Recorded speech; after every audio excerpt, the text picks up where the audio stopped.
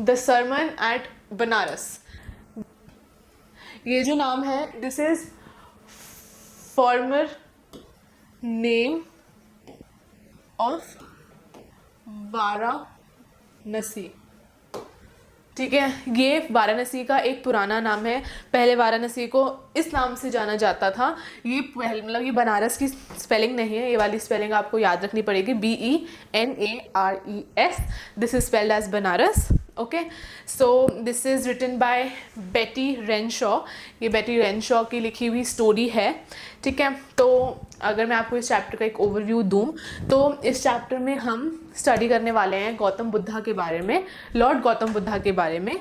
ठीक है, we will see कि उनका जो नाम है, उनको हम बुद्धा बुलाते हैं, उनका नाम गौतम बुद्धा कैसे पड़ा। ठीक है, उनका नाम किस तरीके से उनको हम गौतम बुद्धा बुलाते हैं।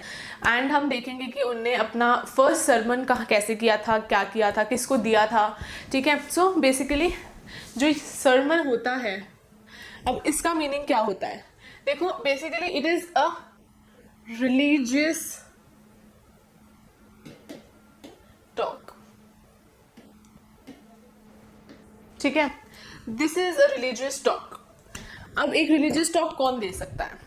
एक रिलीजियस टॉक वही दे सकता है जिसने मोक्ष प्राप्त करी हो, जिसको उस चीज के बारे में समझ हो, जिसे पता हो कि हाँ इस चीज को हम आगे पहुंचा सकते हैं और ये चीज दुनिया के जानने पहचानने के लिए जरूरी है।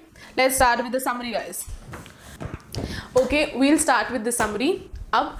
ओके, सो जो ये चैप्टर है ये बेसिकली हाईलाइट करता है गौतम बुद्धा की प्रोफाउंड रीडिंग्स एंड टीचिंग्स के ऊपर। ठीक है, उनकी प्रोफाउंड एंड वैल्यूएबल टीचिंग्स के ऊपर हम यहाँ पे बात करते हैं, वो हाईलाइट करते हैं कि उनने जो एनलाइटनमेंट पाई थी वो क्या थी, वो कैसे थी और उसका मतलब क्या है हमारी ज़िंदगी में। ठीक है, और अब हम थोड़ा सा गौतम बुद्धा के बारे में जानते हैं कि वो एक्चुअली कैसे, कहाँ से ओरिजिनेट हुए थे, उनका नाम गौतम बुद्धा कैसे पड़ा था।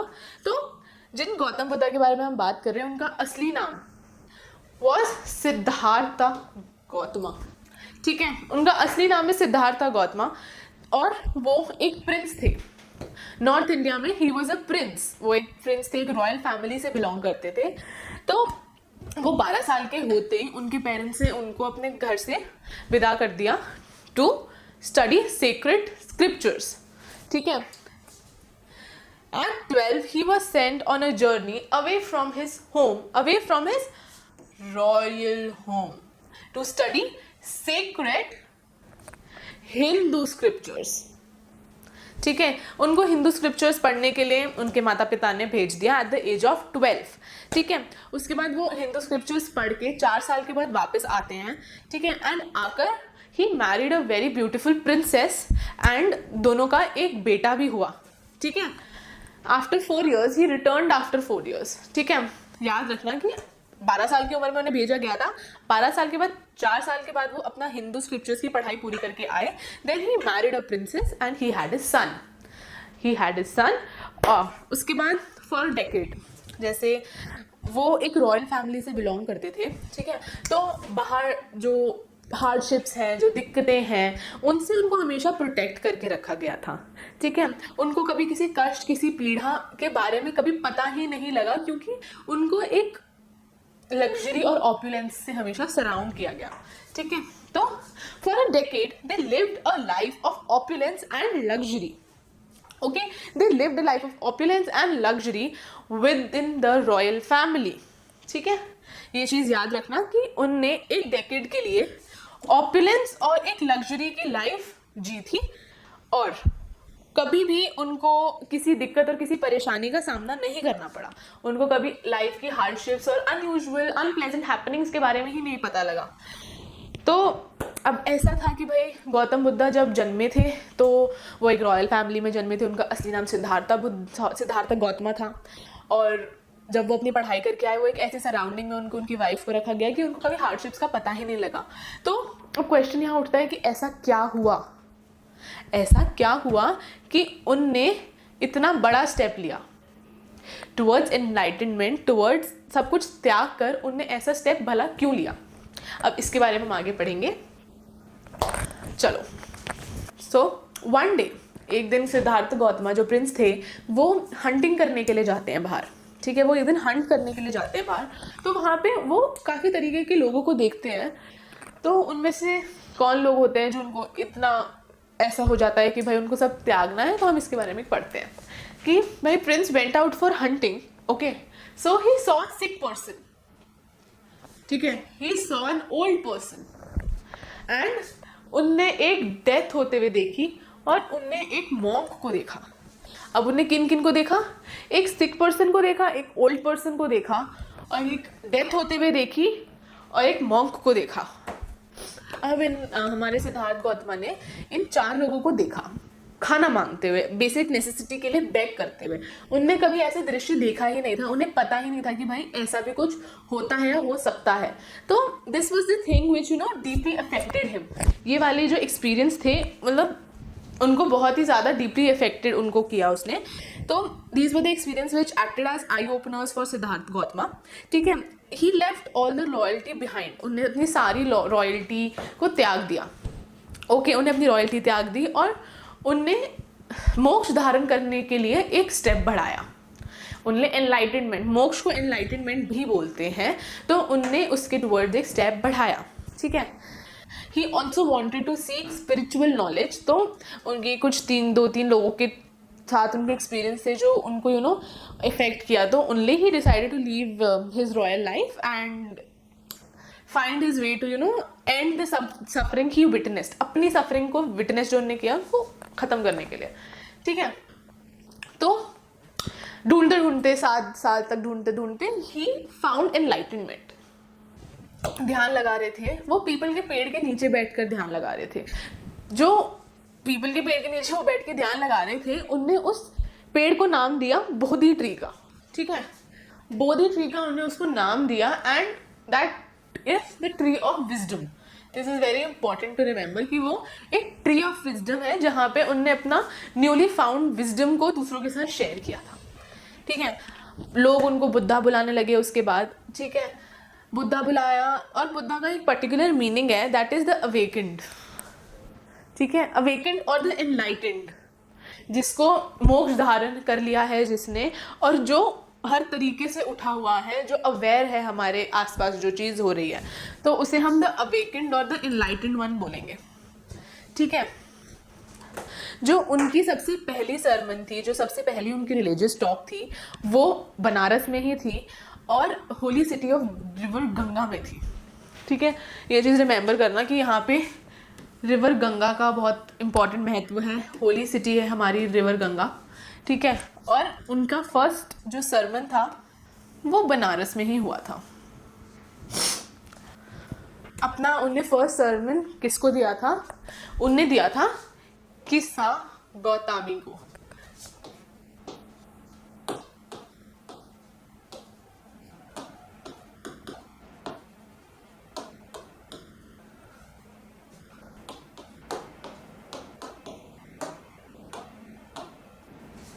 ठीक है।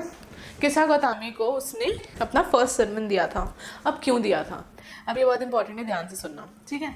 तो किस्सा Gautami was a lady who lost her son, उसका बेटा मर गया था, सन पास्ड अवे, और वो अपने मरे हुए बेटे को, किस्सा गौतमी वॉज सैड, ठीक है। वो घर घर जाती थी लोगों के to look for medicine to bring her son back to life, but as you and I know कि ये चीज़ पॉसिबल नहीं है। लाइफ इज मॉर्टल, हमें एक ना एक दिन मरना है, बट दैट ग्रीफ जो वो उसको दुख था अपने बेटे के मरने का, वो उसके इस तरीके से सर चढ़ा था कि वो उस ग्रीफ में प्रोसेस ही नहीं कर पा रही थी कि this is life, this is circle of life, ठीक है।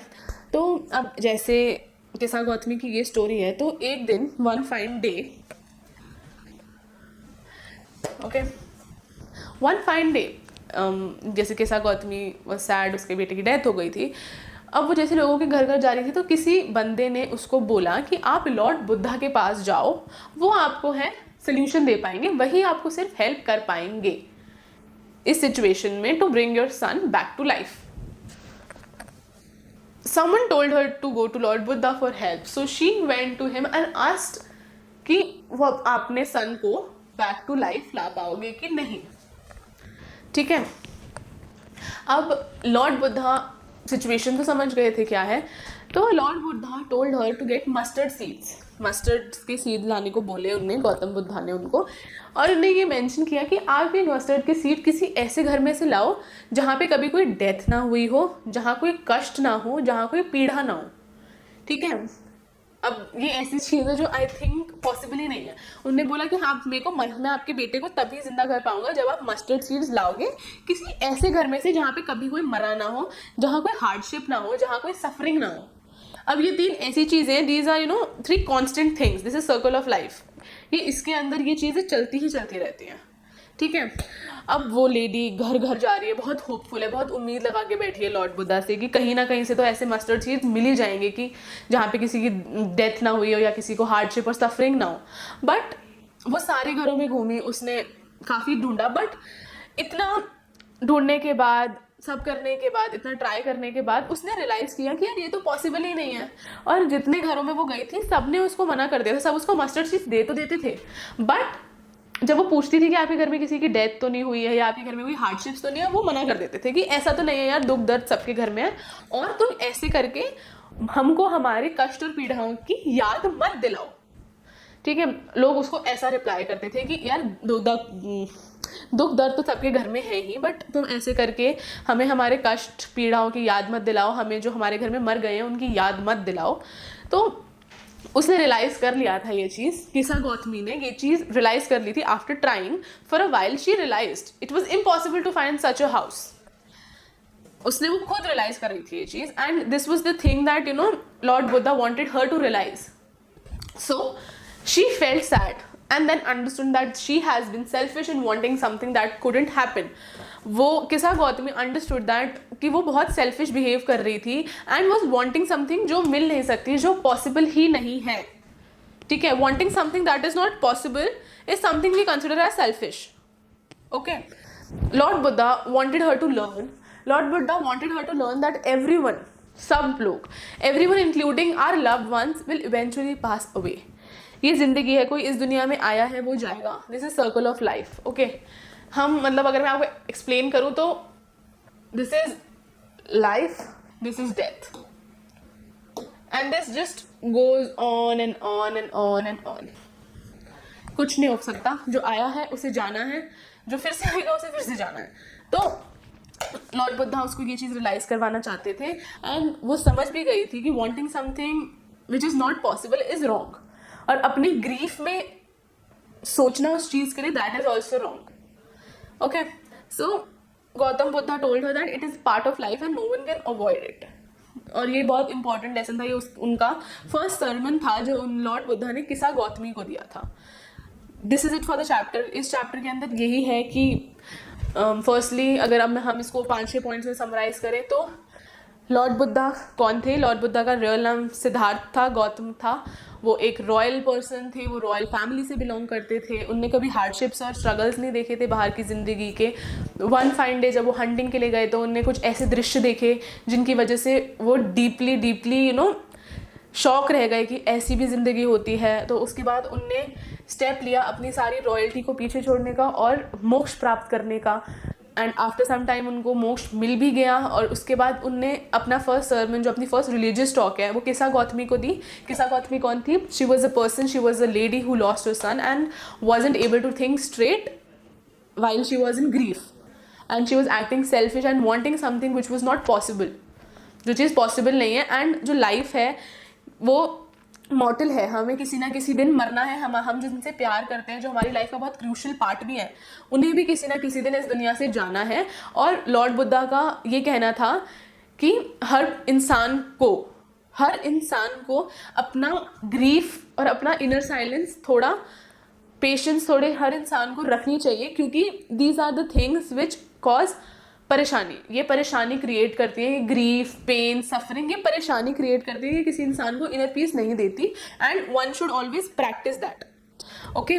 तो एज फिर वो कॉन्शियस जब हुई, when Kisa Gotami got conscious, she understood the fact. जब वो कॉन्शियस हुई, she understood the fact that man is mortal, एक इंसान को मरना है। And no one can escape the reality of life, जिंदगी की सच्चाई को कोई एक्सकेप नहीं कर सकता। दिस इज़ वेरी ट्रू, ठीक है। एंड अब लास्टली क्या था इसके अंदर की, अब जो चीज़ होनी है वो होगी, और एक इनर साइलेंस और एक इनर पीस मेंटेन करके हम ऐसी सिचुएशन से प्यार से गुजर के हम एक बहुत ब्लेस्ड लाइफ और एक बहुत अच्छी लाइफ जी सकते हैं. So this chapter has ended here. ये इस नोट पे जब उनने लॉर्ड बुद्धा ने अपनी एनलाइटनमेंट के साथ गौतमी को शेयर करी तो ये चैप्टर उस नोट पे एंड हो जाता है. ठीक है, अब हम एक बार इसके कंक्लूजन की बात कर लेते हैं. ठीक है, मैंने आपके लिए कंक्लूजन बहुत सिंपल और 4 पॉइंट्स में निकाला है. तो एक बार हम लोग इस 4 पॉइंट्स को एक बार पढ़ लेते हैं. तो Lord Buddha shared a crucial lesson. Lord Buddha ने हमें एक बहुत क्रूशियल लेसन सिखाया that dwelling on sorrow and grief will only make our suffering worse. It harms our well-being and makes our situations more challenging. जैसे मैंने आपको अभी बताया कि सॉरो और ग्रीफ में, दुख और पीड़ा में अगर आप चले जाओगे, उस चीज़ के अंदर घुस जाओगे, वो आपके सफरिंग को और वर्स बनाती है और दुख देती है और दर्द देती है और हमारी वेलबींग को और हमारी सिचुएशन को बहुत वर्स बना देती है. ठीक है, अब इसका second point, a wise person understands the working of nature and doesn't lose hope और stay in constant sadness about inevitable incidents. ठीक है, तो लॉर्ड बुद्धा ने बोला है कि एक वाइज पर्सन, जो एक इंटेलिजेंट इंसान है, जो एक इंसान दिमाग से भी सोचता है, वो नेचर की डूइंग्स को समझता है, इस दुनिया में क्या होना है, कैसे होना है, उस चीज़ को समझता है और अपनी सारी होप, अपना सारा सारी उम्मीदें उसी चीज़ में नहीं व्यतीत कर देता कि कुछ बुरा हो गया. ठीक है, अपनी होप नहीं छोड़ता क्योंकि ऐसा कुछ हो गया जो इनएविटेबल है, जिसे हम रोक ही नहीं सकते.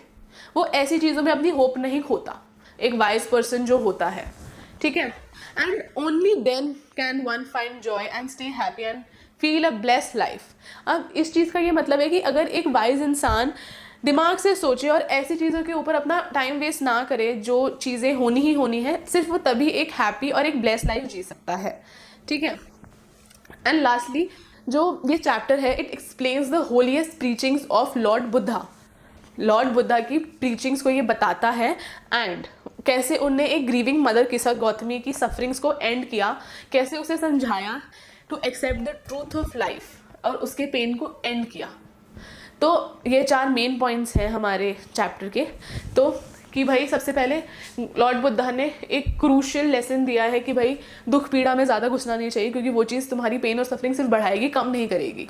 ठीक है, second point is a wise person, एक जो दिमाग से सोचने वाला इंसान होता है, एक जो वाइज पर्सन होता है, वो नेचर की वर्किंग्स के साथ छेड़छाड़ नहीं करता, जो होना है उसको होने देता है और आगे बढ़ता है, और वो सिर्फ तभी एक ब्लेस्ड लाइफ जी सकता है. और लास्ट पॉइंट ये है कि हमें कैसे लॉर्ड बुद्धा ने अपनी प्रीचिंग्स के बारे में बताया और कैसे उनने किस्सा गौतमी की सफरिंग्स को एंड किया. ठीक है, अब ये कंक्लूजन था इसका, यहाँ पर ये चैप्टर एंड होता है. और अब मैं इसके एक बार थीम्स के बारे में थोड़ा सा आपको बता देती हूँ कि इसकी थीम्स क्या है. तो हमारे इस चैप्टर की द सर्मन ऑफ बनारस की हमारी थीम है लाइफ एंड डेथ है. इसका मेन कॉन्सेप्ट जो है इसका वो है लाइफ एंड डेथ. ठीक है, ये explains the biggest truth that humans are mortal and death is the only truth. ठीक है, कि जो ह्यूमंस हैं are mortal and death is the only truth. ये थीम है. और अगर हम मैं लिख के देती हूँ आपको कि जो थीम है that is life and death. ये 2 थीम है इस चैप्टर की, ये 2 थीम है, लाइफ एंड डेथ है इसकी थीम. और एक्सप्लेन करता है सबसे बड़ी ट्रूथ को कि जो डेथ है बस वही ट्रूथ है और जो ज़िंदगी है वो आएगी और जाएगी. ठीक है, and the concept of detachment हमें बताता है, किसी से जुदा होने का कॉन्सेप्ट बताता है हमको, और साइलेंस की इंपॉर्टेंस बताता है ताकि हमें इनर पीस मिले. Silence is very important for inner piece. ठीक है, हमें importance of silence for inner piece. ठीक है, ये इसकी थीम्स हैं जो यहाँ पे डिस्कस करी गई हैं कि life and death, humans are mortal, death is the only truth, और हमें बताया जाता है importance of silence for inner peace. तो this is your chapter the sermon of Banaras. यहाँ पे ये चैप्टर एंड होता है, आपका 8th चैप्टर एंड होता है एंड इसके बाद सिर्फ आपका लास्ट चैप्टर 9th चैप्टर बचता है, द प्रपोजल। वो इसकी हम नेक्स्ट वीडियो में करेंगे। कोई डाउट्स, कोई क्वेश्चंस, कुछ भी हो, just do let me know. हमारे चैनल को सब्सक्राइब करो, बेल आइकन दबाओ and we'll see you in the next video. Till then take care, bye bye.